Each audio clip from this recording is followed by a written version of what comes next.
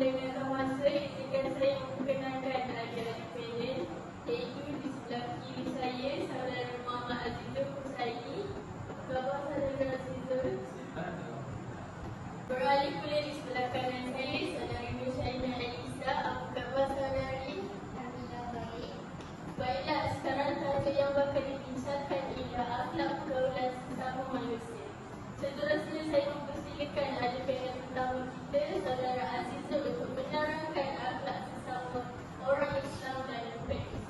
Terima kasih kepada saudara Ibu Rusi atas soalan itu tadi. Terdapat pelbagai perbezaan akhlak agama Islam dan bukan Islam. Akhlak atau etika dalam Islam dan di luar Islam boleh mempunyai perbezaan dalam pandangan prinsip, nilai dan nilai-nilai mulia yang menjadi landasan. Asas akhlak dalam Islam berasal daripada Al-Quran dan Hadis. Di dalam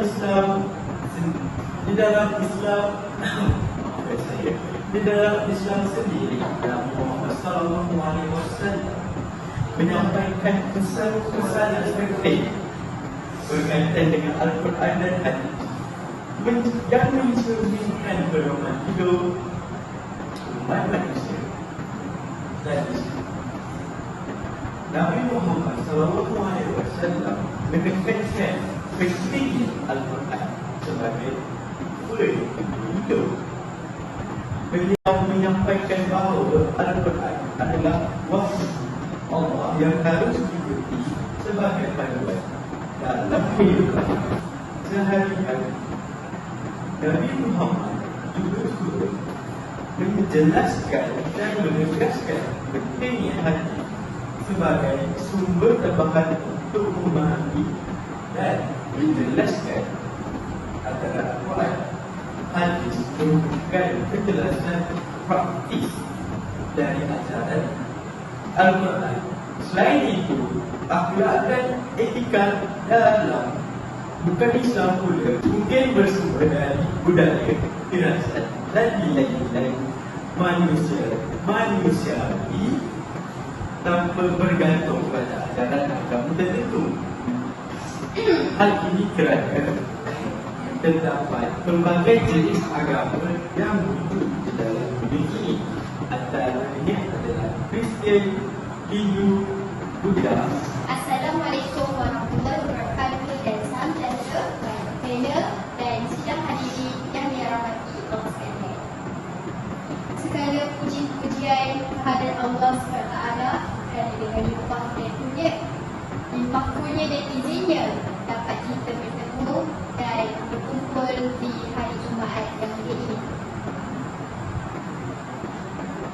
Islam merupakan agama yang sangat menitik beratkan soal akhlak terhadap umatnya kerana ia merangkumi segala aspek kehidupan dan seumatnya supaya menjaga kepribadian diri sebagai umat Islam, kerana akhlak seorang Muslim menjadi cerminan terhadap agama Islam.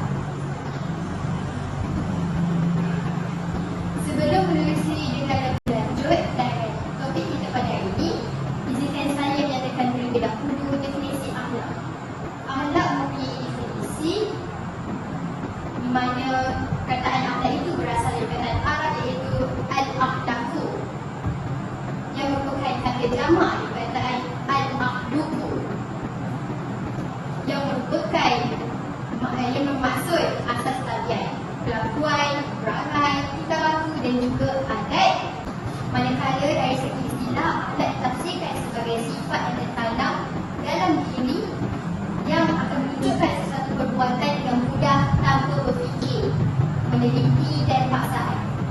Ibnu Miskawai yang merupakan salah seorang tokoh ahli falsafah Islam ada menyebut bahawa akhlak adalah keadaan jiwa yang mendorong ke arah melahirkan perbuatan tanpa pemikiran dan penelitian.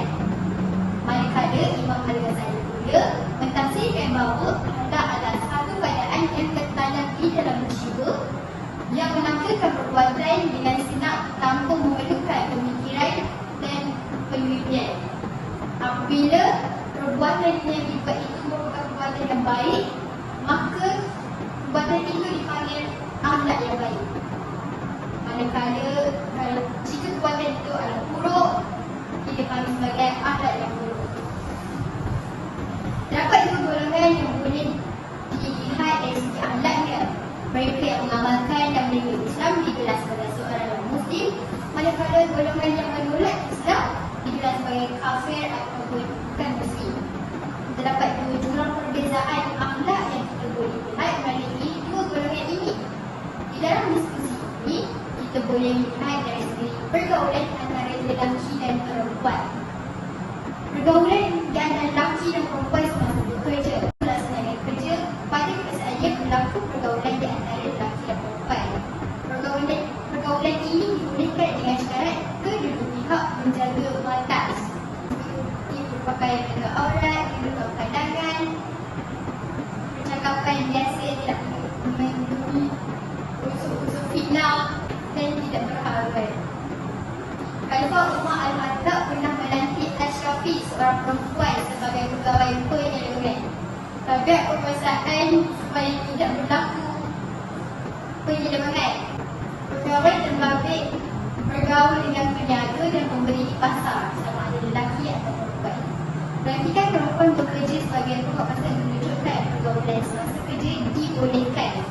Kalau pergaulan ini tidak dibolehkan, pasti Khalifah Umar tidak melantik perempuan bekerja sebagai pembuat perasaan, kerana tabiat kerja tersebut menuntut berlakunya pergaulan. Jika kita melihat cara pergaulan bukan Islam, mereka tidak perlu menjaga batas syarat seperti berpakaian menutup aurat ataupun menunjukkan pandangan. Terima kasih saudara Syalina.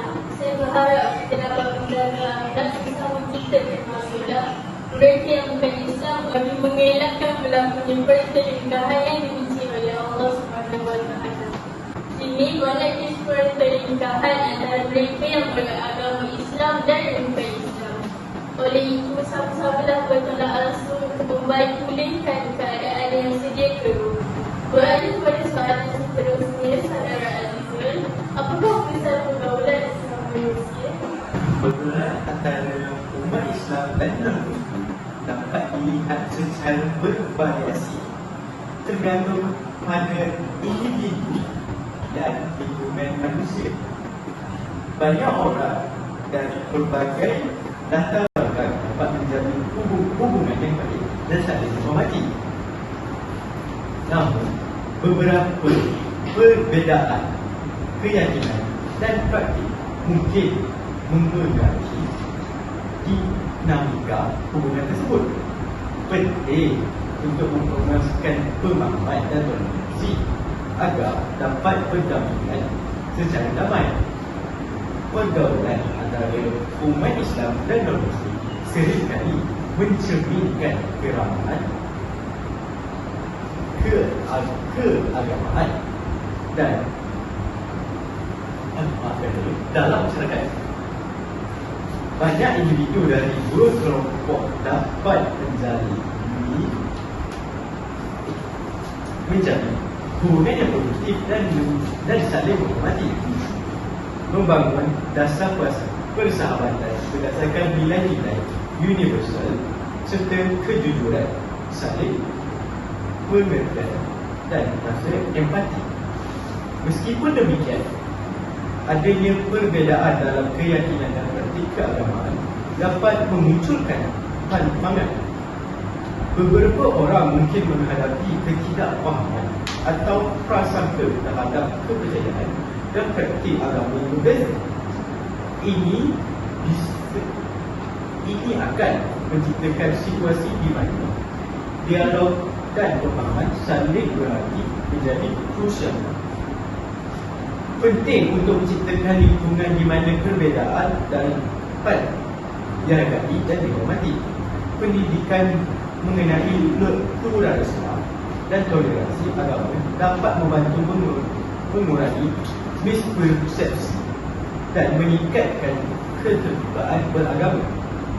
Keterlibatan dalam kegiatan bersama seperti acara di kawasan kekiraan atau kegiatan sosial dapat menjadi sarana yang efektif untuk membangun jabatan antara komuniti berbeza, membangun persahabatan sejati, memerlukan kesabaran, saling bergerak dan kemampuan untuk memahami pandangan yang berbeza.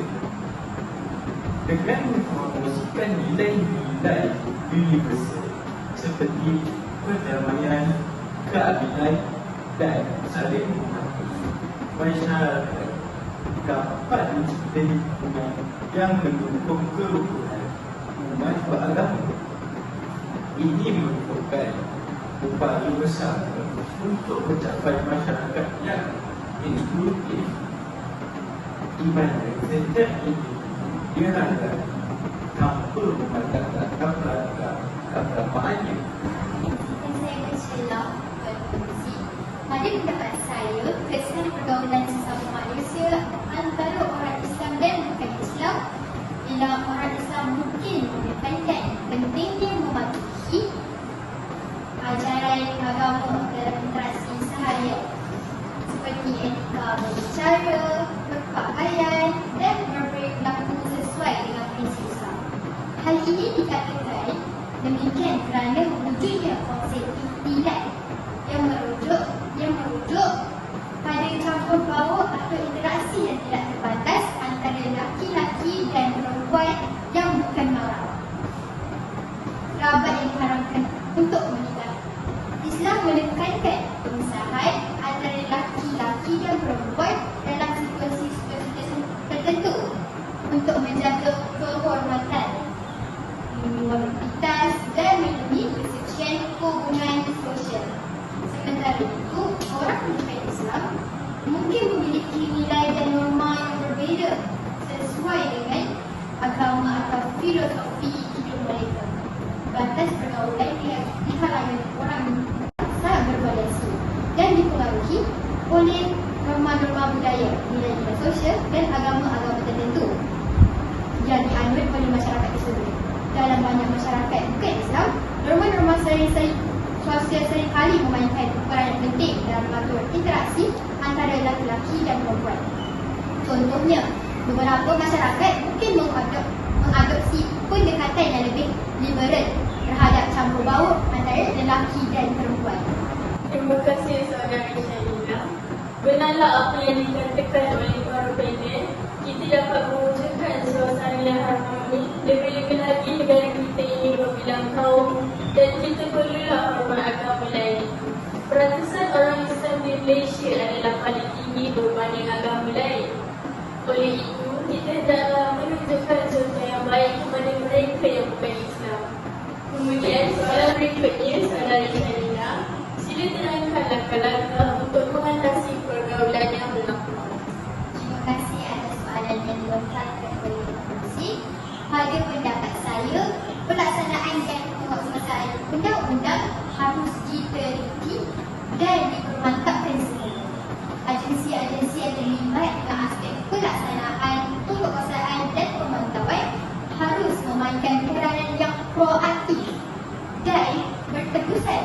Tindakan penguasaan yang berfungsi atau mengikut kewujudan isu tidak dapat memberi kesan yang positif yang berkelanjutan. Apa yang perlu ialah tindakan pencegahan dan penguasaan yang berterusan dan jagaan masalah dan gejala sosial yang akan muncul bersama peran strategi jangka masa pendek dan juga jangka masa panjang. Untuk itu, penambahan anggota, latihan, kepakaran dan motivasi perlulah juga dititik beratkan. Untuk undang-undang yang bukan sahaja bersifat menghukum tetapi juga mencegah, mendidik dan memberi pengajaran kepada yang lain harus dipraktikkan. Pembukaan undang-undang perlulah peka dengan kompleksiti dan isu gejala sosial yang berkembang dengan zaman. Undang-undang perlu diperketatkan dari masa ke semasa untuk mengelakkan sesuatu undang-undang itu dianggap tidak lagi mampu menangani atau mencegah masalah. Selain itu, pengharaman pusat-pusat dan arcade permainan video adalah langkah menggalakkan dan proaktif oleh pihak kerajaan. Anda diharapkan pusat atau cafe saver tidak lagi mendapatkan komputer yang boleh melibatkan permainan komputer yang berunsur ganas, kejam dan juga lucah. Pihak berkuasa tempatan seperti Majlis Bandaran boleh memainkan peranan yang lebih proaktif dalam membasmi pelacuran. Kegiatan pelacuran yang bertopikkan peranan GRO, Guest Relationship Officer, pegawai program pelanggan di pusat-pusat hiburan, contohnya pusat karaoke, pernah dibanteras. Segera rumah-rumah tumpangan dan hotel yang membedakan pasangan yang bukan mahram mendudukinya juga perlulah dipantau dan diambil tindakan. Pusat-pusat hiburan yang membenarkan aktiviti yang mengandalkan zina, kebenaran remaja maupun pemuda setia, penyediaan alkohol dan dibuka melebihi waktu sebenar yang dibenarkan telah disita. Kerjasama pihak berkuasa air dan tenaga nasional serta polis dan majlis bandaran diperlukan untuk tujuan penyiasatan. Untuk sahaja bekalan air dan sekeliling mereka masih ingkar perintah selepas diberikan amaran. Di pusat-pusat hiburan juga kebiasaannya kegiatan pengambilan pil narkotik berluasa dan gejala gangster kongsi gelap bermahala jenis. Izin saya untuk menambah langkah-langkah mengatasi pergaulan bebas dalam agama Islam dan bukan Islam dengan menerapkan pendidikan agama, iaitu dengan memberikan pendidikan agama yang baik dan mendalam untuk meningkatkan pemahaman tentang ajaran Islam terkait pergaulan dan etika sosial. Selain itu, turut memainkan peranan penting dalam membentuk nilai-nilai moral serta memberikan dukungan dan bimbingan kepada generasi muda. Individu juga seharusnya memahami ajaran agama dengan lebih mendalam, termasuk nilai-nilai kesucian, menjaga batas-batas pergaulan dan menghindari perbuatan-perbuatan yang bertentangan dengan prinsip-prinsip agama. Pendidikan dan kesedaran juga merupakan langkah yang boleh dilakukan untuk memberikan pendidikan seks dan sihat dan edukasi di sekolah dan meningkatkan kesedaran mengenai risiko dan bebas. Melakukan campaign untuk menyebarkan informasi mengenai konsumensi pergaulan bebas. Baiklah, terima kasih atas perbicaraan tersebut, Saudara Shalina dan Saudara Azizul. Kita bergaul mestilah ada had. Oleh itu, perlulah sentiasa menjaga tutur kata kerana tidak tahu jika kata-kata kita membuat mereka terasa seterusnya memberikan tanggapan yang buruk terhadap agama Islam. Soalan terakhir pada hari ini adalah apakah kepentingan kita menjaga pergaulan? Saudara Azizul, sila terangkan.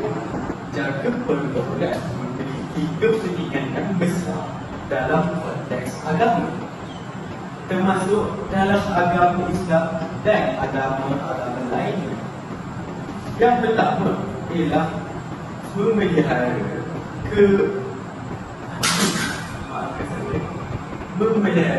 pergaulan yang baik dan sesuai dengan ajaran agama, membantu menjaga moral di individu dan masyarakat. Selain itu, pemisahan laki-laki dan perempuan juga menjaga batas-batas tertentu dalam interaksi, membantu melindungi kesucian hubungan dan mencegah pergaulan bebas yang dapat membawa kepada impak negatif. Seterusnya, agama seringkali menekankan pembentukan karakter yang baik. Pergaulan yang sesuai dengan ajaran agama dapat membantu membentuk karakter yang jujur, bertanggungjawab dan penuh kasih sayang. Akhir sekali, agama sering mengajarkan nilai-nilai kemanusiaan seperti keadilan, kasih sayang dan kepedulikan. Pergaulan yang mengikuti nilai-nilai ini dapat mempertikan solidaritas sosial dan saling mendukung. Dengan menjaga pergaulan sesuai dengan nilai-nilai agama, kita dapat membangun masyarakat yang moral, harmonis dan penuh kasih sayang. Semoga upaya kita dalam menjalani pergaulan yang baik dapat memberi dampak positif bagi diri sendiri, orang lain dan masyarakat secara keseluruhan. Mari kita terus berupaya untuk merawat hubungan sosial yang memberi nilai tambah bagi kehidupan kita. Terima kasih. Ada lagi nilai ini mendapat mudah? Saya Silakan saudari Syarina. Saya setuju dengan ucap saudara Azul. Jika saya menambah tentang ucap saya pula, di antara hikmahnya adalah mengelakkan berlakunya zina. Kalimat wala taqrabu zina merupakan firman Allah yang berisikan larangan untuk para hamba-Nya dari perbuatan zina, sekaligus larangan mendekati sebab-sebab dan pendorong-pendorongnya. Antara langkah menjauhi zina dengan menghindari tempat-tempat maksiat yang dapat memberikan peluang untuk melakukan zina. Sekali kita melangkah masuk ke tempat tersebut, akan sulit untuk meninggalkannya. Jangan mendekati hal-hal yang menjurus kepada perbuatan zina. Contohnya, sengaja berlebihan ucap atau membaca buku-buku yang berunsurkan pornografi. Mendekati hal-hal ini akan menyebabkan seseorang itu obses untuk melakukan zina. Yang kedua, antara hikmahnya termasuk mengelakkan dari fitnah. Kerana fitnah itu boleh mencemarkan maruah diri dan keluarga maupun agama. Oleh itu, kita perlu menjaga tingkah laku dan percakapan kita kerana fitnah itu lebih teruk daripada membunuh. Kerana boleh mengakibatkan kita membenci masyarakat dan boleh mencetuskan permusuhan. Firman Allah SWT, dan fitnah itu lebih besar dosanya daripada membunuh. Akhir sekali, dapat menjaga kehormatan wanita. Dalam Islam, baginda Muhammad SAW menjaga dan memuliakan wanita dan bukan untuk dijadikan tempat melepaskan hawa nafsu. Wanita mempunyai tarahan sama seperti lelaki di sisi Allah SWT. Kerana lelaki dan wanita itu diciptakan untuk saling melengkapi, untuk memikul tanggungjawab sebagai khalifah Allah di muka bumi ini. Firman Allah SWT, kaum lelaki itu adalah pemimpin bagi kaum wanita. Oleh kerana Allah telah melebihkan sebahagian mereka lelaki atas sebahagian yang lain wanita, dan kerana mereka telah menafkahkan sebahagian harta mereka. Setiap muslim wajib menjaga diri dan maruah diri dari perbuatan yang mencemarkan nama baik dan kehormatan diri. Umat yang bermaruah ialah umat yang memiliki jati diri dengan berpegang kepada ajaran Islam dan tidak terpengaruh dengan unsur-unsur yang merosakkan diri. Setakat ini sahaja ucap saya untuk hari ini. Terima kasih saudari Syarina. Dan saya rasa kita sudah sampai ke hujung forum. Sebagai rumusannya, saya kira masalah pergaulan di antara mereka yang Islam dan bukan Islam perlu ditangani segera bagi menjamin kesejahteraan negara. Oleh itu, saya menyuruh semua agar bersatu dan tidak memecah belah agar dapat menjadi contoh kepada negara lain bahawa negara yang berbilang kaum tetap boleh bekerjasama dalam pelbagai hal. Izinkan saya merakamkan ucapan terima kasih yang setinggi-tinggi kepada ahli-ahli panel atas hujah yang bernas dan dilontarkan. Namun apakah daya masa tidak mengizinkan kita bicara dengan lebih lanjut. Sekian, terima kasih dan Assalamualaikum.